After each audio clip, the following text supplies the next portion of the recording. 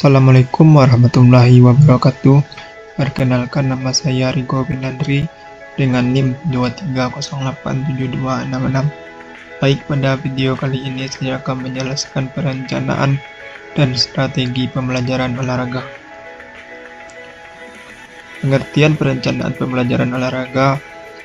Perencanaan strategi pembelajaran olahraga adalah proses yang terstruktur dalam merancang, memilih, dan mengorganisir pengalaman belajar mengajar di bidang olahraga. Ini melibatkan pemilihan pendekatan, metode, teknik, media, dan urutan kegiatan yang paling efektif untuk mencapai tujuan pembelajaran yang telah ditetapkan, dengan mempertimbangkan karakteristik peserta didik, fasilitas, waktu, dan konteks lingkungan. Pengertian olahraga dan penjas. Yang pertama, olahraga, aktivitas yang melibatkan pengarahan tenaga fisik dan atau keterampilan mental yang dilakukan secara sistematis, terstruktur, dan kompetitif dengan tujuan untuk meningkatkan kebugaran jasmani, mencapai prestasi, rekreasi, atau kombinasi di antaranya. Contohnya sepak bola, bulu tangkis, dan atletik. Yang kedua, pendidikan jasmani, penjas. Proses pendidikan yang memanfaatkan aktivitas jasmani sebagai media untuk mengembangkan potensi individu secara menyeluruh, aspek fisik, motorik, kognitif, sosial, dan emosional. Penjas berfokus pada pembelajaran melalui gerak untuk tujuan pendidikan, bukan sekedar latihan atau kompetisi. Yang ketiga, tujuan pembelajaran olahraga dan penjas. Tujuan pembelajaran olahraga dalam konteks pendidikan. Yang pertama, mengembangkan keterampilan motorik dan teknik dasar berbagai cabang olahraga. Yang kedua, meningkatkan derajat kebugaran jasmani dan kesehatan. Yang ketiga, menanamkan nilai-nilai sportivitas, kerjasama, dan kepemimpinan. Yang keempat, memahami peraturan dan strategi permainan. Tujuan pendidikan jasmani penjas. Yang pertama, mengembangkan kompetisi gerak, motor, kompetisi, dan pola hidup aktif. Kedua, meningkatkan pengetahuan tentang manfaat aktivitas fisik bagi kesehatan. Yang ketiga, membentuk karakter, sikap fair play, disiplin, tanggung jawab, percaya diri. Yang keempat, mengembangkan keterampilan sosial melalui interaksi dalam aktivitas fisik. Yang kedua, jenis-jenis strategi pembelajaran. Yang pertama, strategi ekspositori, pembelajaran langsung. Guru mendidik pusat penyampaian informasi dan dominasi pengenalan materi baru, contohnya ceramah terbatas, demonstrasi. Yang kedua, strategi inquiry, penemuan. Siswa didorong untuk menemukan konsep atau solusi melalui pertanyaan dan eksplorasi. Contohnya, guru memberi masalah taktis dalam permainan, siswa mencari solusi melalui praktek. Yang keempat, strategi berbasis masalah, problem-based learning. Pembelajaran dimulai dari masalah kontekstual dalam olahraga, siswa belajar sambil memecahkan masalah. Yang keempat, strategi kooperatif, menekankan kerjasama dalam kelompok untuk mencapai tujuan bersama. Contohnya permainan tim dengan tugas saling mengoreksi teknik. Yang kelima, strategi pembelajaran berdiferensiasi. Guru merancang kegiatan yang disesuaikan dengan level kemampuan, minat, dan gaya belajar siswa yang beragam. Jenis metode pembelajaran. Yang pertama, metode bagian per metode. Keterampilan kompleks dipecah menjadi bagian-bagian kecil, lalu dipelajari satu persatu. Kedua, metode keseluruhan, well method. Keterampilan diajarkan secara utuh dari awal. Yang ketiga, metode bagian keseluruhan, parallel method, kombinasi keduanya.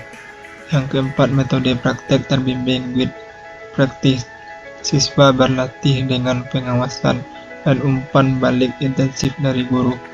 Yang kelima, metode bermain play effort, menggunakan bentuk permainan untuk mengajarkan keterampilan dan konsep. Yang keenam, metode komando style, instruksi langsung dan seragam dari guru, siswa menirukan. Yang ketujuh, metode reciprocal style, siswa bekerja berpasangan, satu sebagai pelaku, satu sebagai pengamat, beri umpan balik berdasarkan kriteria dari guru. Yang ke-F, langkah-langkah membuka pelajaran olahraga, pendahuluan resepsi. Yang pertama, pembentukan formasi dan persiapan berbasis presensi pemanasan. Yang kedua, pemberian motivasi dan tujuan pembelajaran, menyampaikan dan dengan antusias apa yang akan dipelajari, manfaatnya, dan target yang ingin dicapai.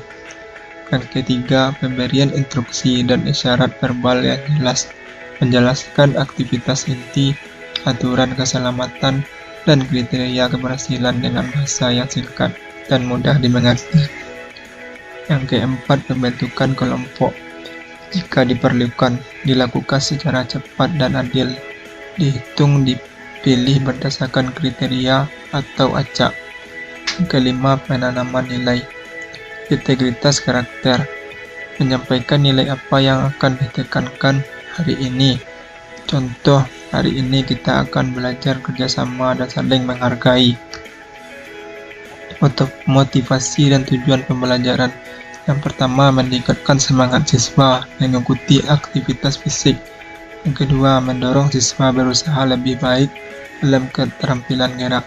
Yang ketiga, membantu siswa mengatasi rasa malas, takut salah, atau takut cedera. Yang ketiga, menciptakan suasana pembelajaran yang aktif dan menyenangkan. Instruksi dan isyarat verbal. Yang pertama, berisi penjelasan jelas dan langkah gerakan disampaikan sebelum praktek. Pembentukan kelompok dalam pelajaran olahraga bertujuan agar siswa bekerja sama dan aktivitas menjadi lebih teratur. Penanaman nilai. Sebelum melakukan kegiatan, alangkah baiknya jika siswa berdoa terlebih dahulu. Yang terakhir, langkah-langkah penutup pembelajaran kegiatan penutup. Yang pertama, pendinginan cooling down. Aktivitas ini bertujuan untuk keringanan untuk menurunkan intensitas denyut jantung. Yang kedua, refleksi dan kesimpulan. Memandu siswa untuk merefleksikan pembelajaran. Yang ketiga, evaluasi akhir yang singkat, kuis kilot, kuis 2-3 soal lisan atau tertulis, memberikan contoh penerapan materi dalam kehidupan sehari-hari. Yang keempat, penutupan dan motivasi, menyampaikan pesan positif tentang pentingnya materi yang telah dipelajari. Yang kelima, mengakhiri dengan doa sesuai dengan norma dengan kebijakan sekolah, salam, dan ucapan terima kasih. Baik, kesimpulan dari materi yang ini, pembelajaran olahraga atau PENJAS adalah proses pendidikan melalui aktivitas fisik yang direncanakan dengan strategi, metode, motivasi, instruksi, dan nilai yang tepat untuk membentuk kemampuan gerak, kebugaran sikap, dan karakter siswa. Baik, itu dulu materi yang dapat saya sampaikan. Saya akhiri dengan Assalamualaikum warahmatullahi wabarakatuh.